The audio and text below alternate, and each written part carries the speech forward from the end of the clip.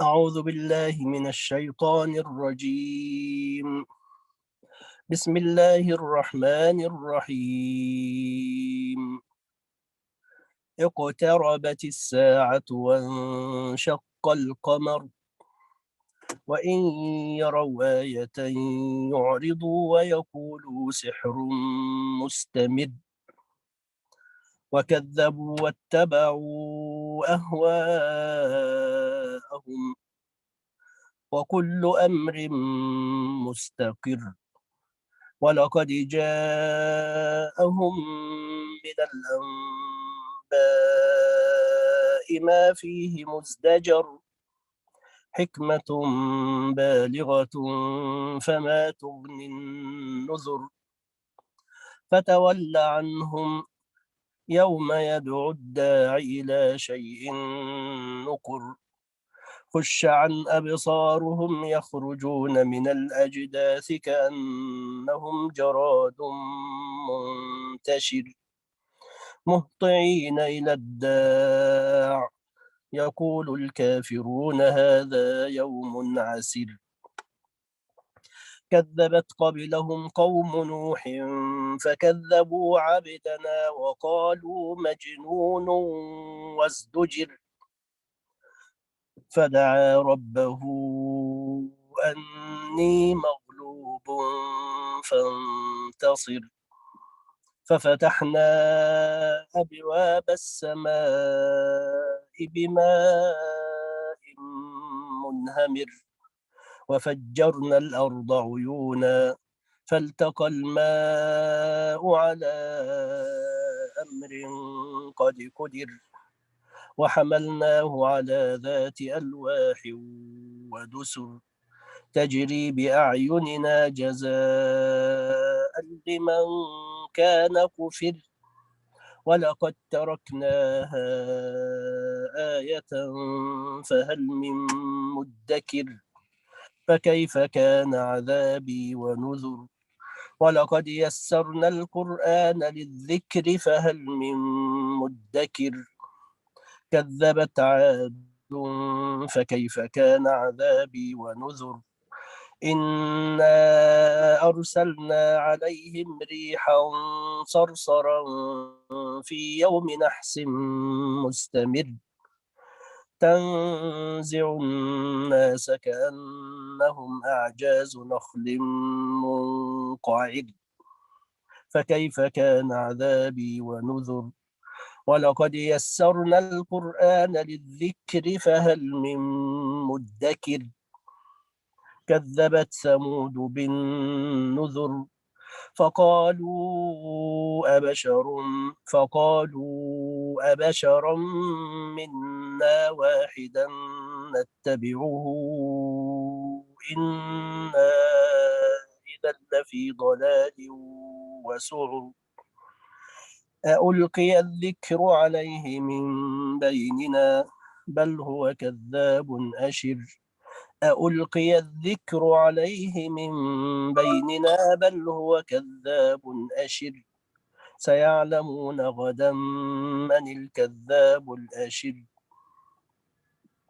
إنا مرسل الناقة فتنة لهم فارتقبهم واصطبر ونبئهم أن الماء قسمة بينهم كل شرب محتضر فنادوا صاحبهم فتعاطى فعقر فكيف كان عذابي ونذر إنا أرسلنا عليهم صيحة واحدة فكانوا كهشيم المحتضر ولقد يسرنا القرآن للذكر فهل من مدكر كذبت قوم لوط بالنذر إنا أرسلنا عليهم حاصبا إلا آل لوط نجيناهم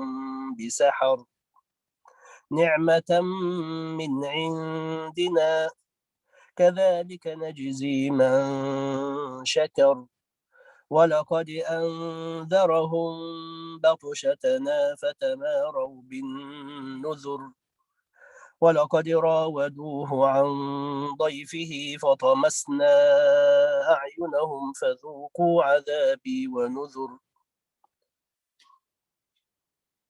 ولقد صبحهم بكرة عذاب مستقر فذوقوا عذابي ونذر ولقد يسرنا القرآن للذكر فهل من مدكر ولقد جاء آل فرعون النذر كذبوا بآياتنا كلها فأخذناهم أخذ عزيز مقتدر أكفاركم خير من أولئكم أم لكم براءة في الزبر أكفاركم خير من أولئكم أم لكم براءة في الزبر أم يقولون نحن جميع منتصر سيهزم الجمع ويولون الدبر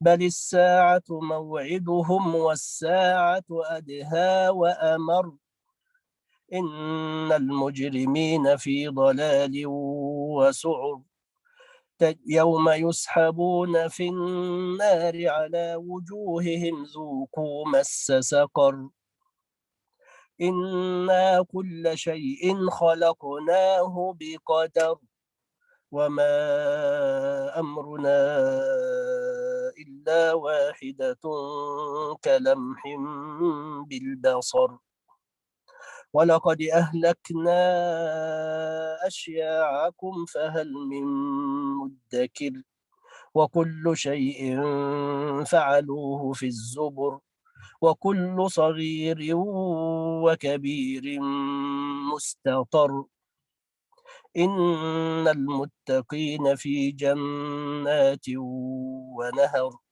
في مقعد صدق عند مليك مقتدر صدق الله العظيم.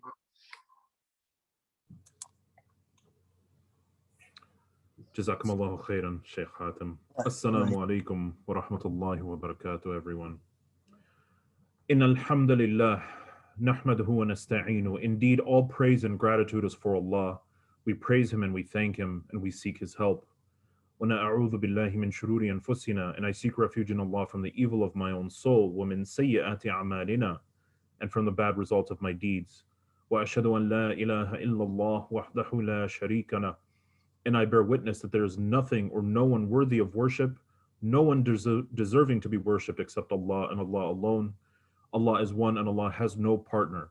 وَأَشْهَدُ أَنَّ مُحَمَّدًا عَبْدُهُ وَرَسُولُهُ. And I bear witness that Muhammad is the servant and the messenger of Allah. Sallallahu alayhi wasallam. May the peace, love, blessings, mercy, and happiness of Allah be upon him and his family and his companions, and all of those who strive to obey him and obey Allah until the day of judgment.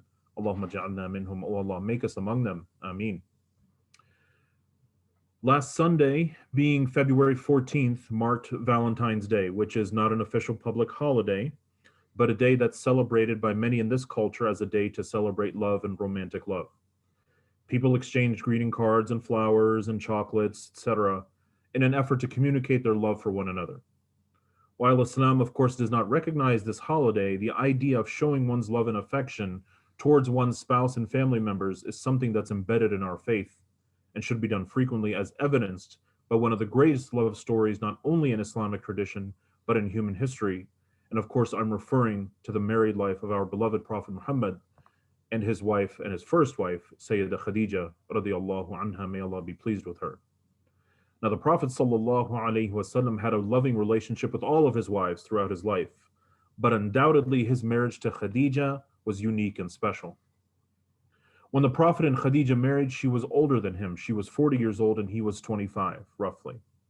She loved him for his good manners and his noble character, trustworthiness, and incredibly generous behavior towards others. In turn, he, sallallahu alaihi wasallam, saw in her nobility, beauty of character, and virtue. After they married, he loved her deeply and she loved him deeply. Khadija fully accepted the Prophet with everything she had, even before he was a messenger. For example, when she hired him as her commercial agent, she observed his beautiful demeanor and his character. And when she married him, the nobility of this character and greatness of his mercy dawned upon her, a mercy which Allah filled him with, saying, وَمَا أَرْسَلْنَاكَ إِلَّا رَحْمَةً لِلْعَالَمِينَ. And we have not sent you, Muhammad, except as a loving mercy to all peoples and nations. This verse, of course, is in Surah Al-Anbiya, the Prophets, chapter 21, verse 107. Now, given this trait of being a mercy to humanity, clearly he would be a magnificent husband and spouse. So she loved him unconditionally.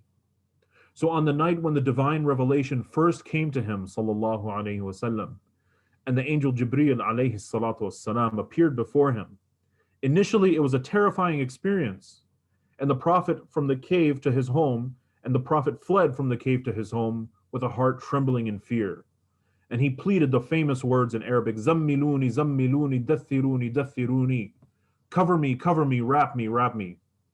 Khadija quickly covered him, noticing his body shivering, impacted by his first experience with divine revelation. And she then comforted him, reassuring him with absolute confidence and conviction. Allah will never abandon you, she reminded him. She also reminded him of his virtues that she herself witnessed firsthand, saying to him, you serve the needy, you comfort the weary, you maintain the ties of family, and you assist those in need. Her heart was full of admiration by what she witnessed day and night of his virtue, and she was certain that no harm could befall him. She then took him to her cousin Waraqa ibn Nawfal, a learned Christian and monotheist who, in the time of Jahiliyyah, in this time of great ignorance, he had many of the sacred books. And when they went to him, he was elderly and he was in his last days. And he asked the Prophet what he saw. And the Prophet ﷺ described his experience with the first revelation. And Waraqa replied, this is the namus. This is that which descended upon Moses and Jesus, alayhim salatu wassalam. I wish that I were strong so that I could support you when your people cast you out and harm you. The Prophet replied, will they cast me out? And Waraqa said, O son of my brother, no man has come with the message that you bring except that his own people have casted and opposed him. Thereafter, Sayyidah Khadija always stood by his side, spending her wealth to help spread this prophetic invitation to Islam and to free slaves who became Muslim, and to thus facilitate the well-being of all of humanity.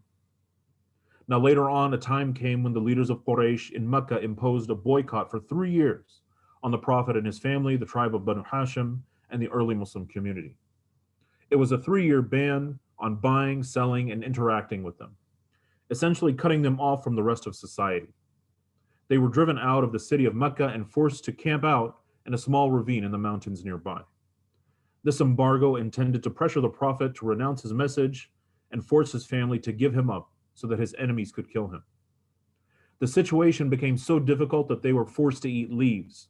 They were exposed to the bitterly cold nights of winter and the fiery hot days of summer, while their homes lay empty in Mecca. Sayyidah Khadija radiallahu anha, who at one time was one of the most successful businesswomen of Mecca, admired for her intelligence and beauty and elite status, was now rendered destitute, homeless, and starving. Yet, she stood firmly beside the Messenger of Allah, sallallahu alaihi wasallam, remaining loyal and patient, often giving him wise and compassionate counsel, which reinforced him emotionally and strengthened him in his mission. But the hardship of these sanctions took an immense toll on her health, and she was probably in her 60s at this point. Finally, the embargo was to be lifted, but right before it lifted, excuse me, I just lost my place.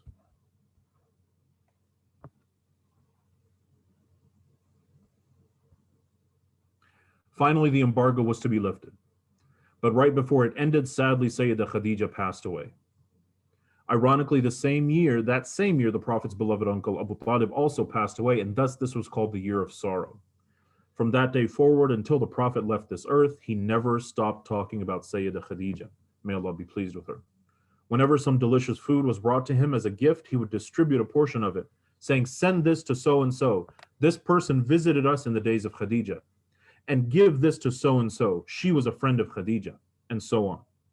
In one account from Sayyidah Aisha, radiallahu anha, she said, I never felt so jealous about any woman as I did except for Khadija, although she had passed away 3 years before I married the Prophet, peace and blessings be upon him.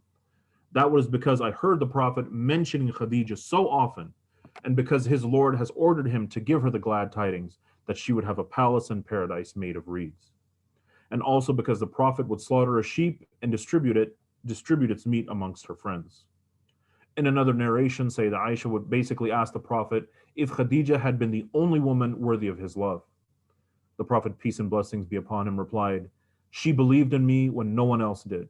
She accepted Islam when people rejected me. And she helped and comforted me when there was no one else to lend me a helping hand." Eventually, when the Prophet liberated Mecca some 10 years after Khadija's death, he entered the city and was asked where he would stay. He responded by essentially stating that his previous home in Mecca was sold off long ago. So when he was asked where he would stay, he said, "Build me a tent in Hujun." And Hujun was no place other than the location of where Sayyidah Khadija was buried.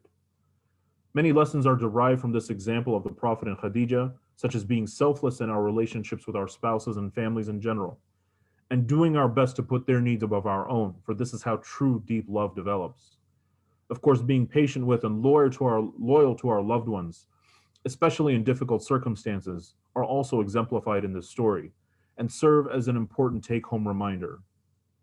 Now, brothers and sisters, stories like this should touch our hearts and delight us, but they're not here merely for our entertainment. We're supposed to be implementing the lessons learned into our lives and telling others about them. But we're only going to understand these lessons when we take the time to study and learn the life of the Prophet in much more depth than we have been. There's a recommendation that we should review the entire life of the Prophet at least once a year, whether that's through reading books or listening to lectures or whatever means we take. Each of us should take some time every year, several weeks out of the year, several days out of the year, to study and review his life from before his birth till his death. Inshallah, this will increase our love for him, sallallahu alaihi wasallam, and allow us to live his example so we become real men and women, real husbands and wives, real family members and real believers, inshallah, and so others can come to know him and inshallah believe in him as well. We ask Allah subhanahu wa ta'ala to send his peace, blessings, love, mercy, and happiness upon our dear and beloved Prophet Muhammad, and upon his family and his companions and followers, and upon us through his grace and mercy. We ask Allah to forgive us of our sins and bring us closer to him and his beloved messenger. We ask Allah to remove this pandemic from the entire earth. We ask Allah to give victory to our brothers and sisters all around the world and to elevate them in this life and in the next. We ask Allah to shower his mercy and forgiveness upon all of our Muslim brothers and sisters who have passed away. We ask Allah to allow us to live to see Ramadan and many more Ramadans and accept all of our deeds during that blessed time and at all times. Jazakumullahu khairan. Please remember that the Clifton Masjid relies on your generous support. So please donate and contribute generously in order to sustain this facility. Wassalamu alaikum wa rahmatullahi wa barakatuh.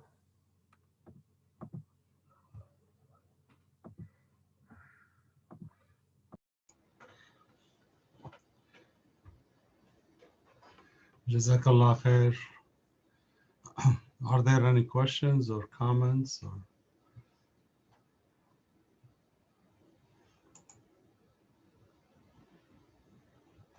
Well, Jazakallah khair. May Allah bless, reward all of you. Inshallah, we'll see all of you next Friday in Zoom. By the way, we're hoping that we can start the 3 daily prayers March 7th if the conditions will allow us. So please keep us in your dua. Jazakallah khair.